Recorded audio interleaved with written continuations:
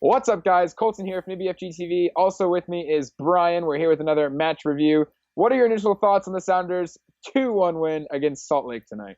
I thought it was great. We did pretty much everything that I was kind of hoping for, just kind of building on the momentum from last week. Still had our little issue that we seem to have one each game of just, our little mental mistake type thing. But no, overall, I think we looked fantastic. The passing was great. The buildup was great. Defensively, I thought we looked even better than we did against Orlando. It was from minute one, I thought we looked pretty solid. Whereas last time it kind of took us, 15, 20 minutes to kind of build into the game. So I thought from that point, it was actually kind of, we even progressed past where we were before. So no, I thought it was fantastic. Yeah, I was super happy and super impressed with our first half. We looked to just be flying on the attack. And again, yes, very defensively strong. We did a really good job of taking Salt Lake out of the game. I felt they didn't look like they had any bite coming into attack. We did a really good job of really taking their big role players out of the game pretty early. And then to have two first half goals was a pretty big deal for the second week in a row, which is another pretty big deal. The second half I was a little disappointed with. I felt like we could have scored two or three more goals, not even counting the PK miss by Dempsey. So yeah, obviously we got to continue to work on finishing chances because I feel like this team can score 4 goals a game. I feel like I feel like we could have scored 4 goals in like our last 3 games against Salt Lake, Orlando, and LA, and we scored one against LA, 3 in Orlando, and then 2 tonight. So once we really start to put chances away, I think we're going to be dangerous. Speaking of that, what do you think we still need to improve on to really make this team whole and get into the playoffs? Well, kind of like I was saying, the just little mental mistakes here and there defensively. Fry had a pretty big blunder tonight that was a little comical. He knows he messed up. He apologized for it, and it's whatever. We won the game, so it's not really an issue.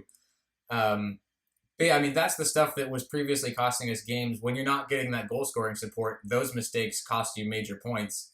Thankfully now we're banging in 2 or 3 goals a game. It's not nearly as big of a deal, but. Yeah, as you're going into the playoffs, if we make the playoffs, those are the kind of mistakes that have been costing us in past years, mental errors, set piece things, stuff like that. So if we can just kind of tighten that stuff up, I think we can make a legitimate run at it. I'm going to stay, cautiously optimistic, but I think we can. What do you think? No, I definitely think we need to improve on mental mistakes. During the regular season, I definitely think we can get away with 1 a game, giving up a goal a game, especially when we're scoring 2, 3, 4 goals a game. Yeah. But yeah, if we do get into the playoffs, we definitely need to fix the small mental mistakes because sometimes giving up a goal can be huge for momentum in the playoffs, in the MLS Cup playoffs. So you really have to be careful with kind of letting in those cheap goals, those cheeky goals against teams that once you get in the playoffs, you're playing teams that are good. Only 6 teams from each conference make the playoffs. So once you do get into those playoffs, you're playing teams that can take advantage of a kind of a momentum swing from a cheap goal like that. So we really need to fix that if we make that push towards the playoffs. But other than that, yeah, we look great. We look like a completely different team than the team that played Kansas City. What was it, 3 weeks ago? It seems like that was a lifetime ago. It feels like months ago that happened. Even the guys, Lodero aside, obviously, and the coaching change aside, even the guys who were regular starters back then who felt kind of, I don't want to say lifeless, but they didn't have that spark anymore, it seemed like. They just, something was missing. They look refreshed. They look rejuvenated. Absolutely. A lot of them look like new players, which is something that's really cool to see from a fan's point of view when for the first half of the season they looked so dead almost. Yeah, Dempsey, you would see him, we say we got a scoring chance, he gets up there, we don't score, he'd be kind of walking back, head down, the Freddie Montero thing that, used to annoy a lot of people about him when Yeah. he would kind of get inside his own head.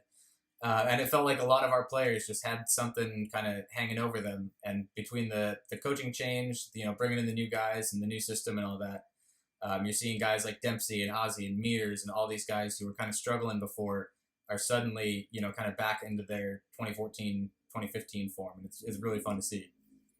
Yeah, for sure. I know it's early. I know the game is still 7 days away, and we'll do a proper match preview on Thursday or Friday of this week. But what do you expect from next week against the Portland Timbers? Oh, it's going to be fireworks, I think. I'm expecting a cracker of a game. I wouldn't be surprised if we see several goals from either team. Maybe not quite the 4-4 thriller we had, couple, was that last year? No, it was 2 years ago. 2 years ago, yeah. Maybe not quite that epic, but I'm expecting kind of that level of intensity for this weekend, and I think it's going to be a lot of fun. I definitely agree. It's going to be a huge crowd. I really hope that the little 2-game winning streak inspires people that maybe don't usually go to the games to come out to CenturyLink next weekend. Huge crowd, obviously huge traveling support from Portland. The tension's going to be there. It's a huge rivalry week. It's big for the playoff race. We're really starting to kind of nip at their heels in the Western Conference standings. So I'm incredibly excited to see how next Sunday goes.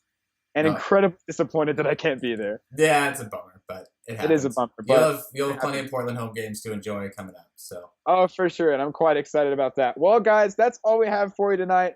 Thanks for watching EBFG TV. We will see you in our match preview later on this week.